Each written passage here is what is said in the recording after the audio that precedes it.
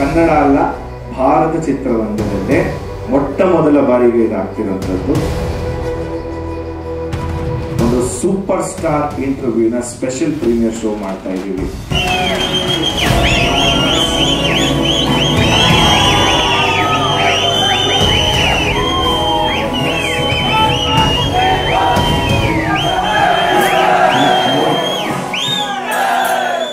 ಒಬ್ಬ ಕಟ್ಟ ಅಭಿಮಾನಿಯಾಗಿ ಇವತ್ತು ಒಬ್ಬ ಸ್ಟಾರ್ ನಟನ ಇಂಟರ್ವ್ಯೂ ಮಾಡುವಂತ ಸುವರ್ಣ ಅವಕಾಶ ನನಗೆ ಸಿಕ್ಕಿದೆ.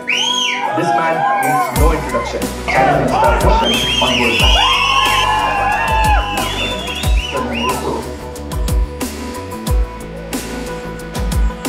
ಈ ಸಾಮ್ರಾಜ್ಯ ಕಟ್ಟಕ್ಕೆ ನಾನು 25 ವರ್ಷ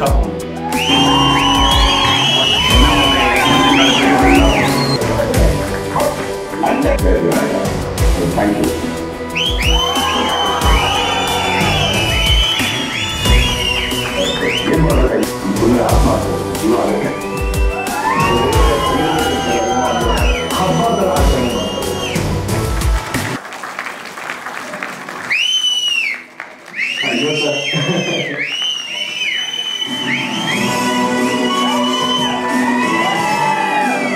ಇದೆ, ಚಿಂದಿ ಇದೆ, ಸಖತ್ತಾಗಿದೆ. ಒಂದೊಂದು ವರ್ಡ್ ಕೂಡ ಹಾರ್ಟ್ಗೆ ಟಚ್ ಆಗೋ ಥರ ಇದೆ.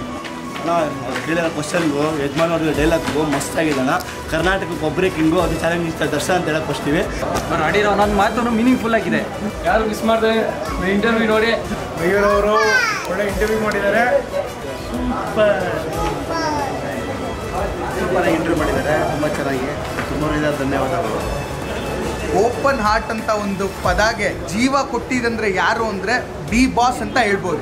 ಮಾಧ್ಯಮ ಅಂದರೆ ಬರೀ ಹೀರೋಗಳ ನಡುವೆ ಬೆಂಕಿ ಹಚ್ಚುತ್ತಾರೆ ಅಂದ್ಕೊಂಡಿದ್ದು, ಆದರೆ ನಿಜವಾಗಿ ಒಂದು ಯಾವ ಥರ ಇಂಟರ್ವ್ಯೂ ಮಾಡಬೇಕು, ಏನು ಪ್ರಶ್ನೆ ಕೇಳಬೇಕು, ಯಾವ ರೀತಿ ಚಿತ್ರನ ಪ್ರಮೋಷನ್ ಮಾಡಬೇಕು ಅಂತ ತುಂಬ ನೀಟಾಗಿ ಕೇಳಿದ್ದಾರೆ ಪ್ರಶ್ನೆಗಳನ್ನ. ಇಲ್ಲಿ ಯಾವುದೇ ಥರ ಒಂದು ಸ್ಟಾರ್ ನಟರುಗಳ ಮಧ್ಯೆ ಯಾವುದೇ ಥರ ತಂದಾಕೋದಿಲ್ಲ. ಮತ್ತು ದರ್ಶನ್ ಅವರು ಅವರ ನೇರ ನುಡಿ ಏನಾಯಿತೋ ಆ ರೀತಿ ಉತ್ತರ ಕೊಟ್ಟಿದ್ದಾರೆ. ತುಂಬ ಅದ್ಭುತವಾಗಿ ಮೂಡಿ ಬಂದೈತೆ. ದಯವಿಟ್ಟು ಎಲ್ಲ ಯೂಟ್ಯೂಬಲ್ಲಿ ಇದನ್ನು ಶೇರ್ ಮಾಡಿ ದರ್ಶನ್ ಅವ್ರ ಮನಸ್ಸೇನು ಅಂತ ಜನಗಳು ತಿಳಿಸ್ಕೊಳ್ಳಿ. ಸರ್, ಎಷ್ಟೋ ಕೋಟ್ಯಾಂತರ ಅಭಿಮಾನಿಗಳ ಮಾತು ಮತ್ತು ಕ್ವಶನ್ಗಳು ಮಯೂರ್ ಅವರು ಕೇಳಿದ್ದಾರೆ. ಥ್ಯಾಂಕ್ಸ್ ಟು ಮಯೂರ್ ಸರು. ಎಲ್ಲ ಕ್ವಶನ್ಗಳು ನಮಗೆ ಆನ್ಸರ್ ಬೇಕಾಗಿತ್ತು ನಮ್ಮ ಬಾಸಿಂದ. ನಾವು ಯಾವ ಹೀರೋ ಹೆಸರು ಹೇಳಲ್ಲ, ಬಟ್ ಅವ್ರ ಆನ್ಸರ್ಗಳು ನಮಗೂ ರೀಚ್ ಆಗಿದೆ ಮತ್ತು ಬೇರೆಯವ್ರಿಗೂ ರೀಚ್ ಆಗಿದೆ sir. Thanks to Mayur sir. ಇಲ್ಲಿವರೆಗೂ ಯಾರು ಮಾಡಿಲ್ಲ, ಮುಂದೆ ಮಾಡ್ತಾರಿಲ್ವೋ ಗೊತ್ತಿಲ್ಲ, ಆ ಲೆವೆಲಲ್ಲಿ ಇಂಟರ್ವ್ಯೂ ಮಾಡಿದ್ದಾರೆ. ಜೈ ಡಿ ಬಾಸ್. ನಾವು ನಿಮ್ಮ ಜೊತೆ ಇದ್ದೀವಿ. ನಮಗೆ ನಿಮ್ಮ ಮಾತು ವೀಕೆಂಡ್ ಇತ್ತು ರಮೇಶ್ ಏನು ಅನಿಸ್ತೋ ಇದು ನೋಡಿ ಅದೇ ಥರ ಅನಿಸಿದೆ. ಫುಲ್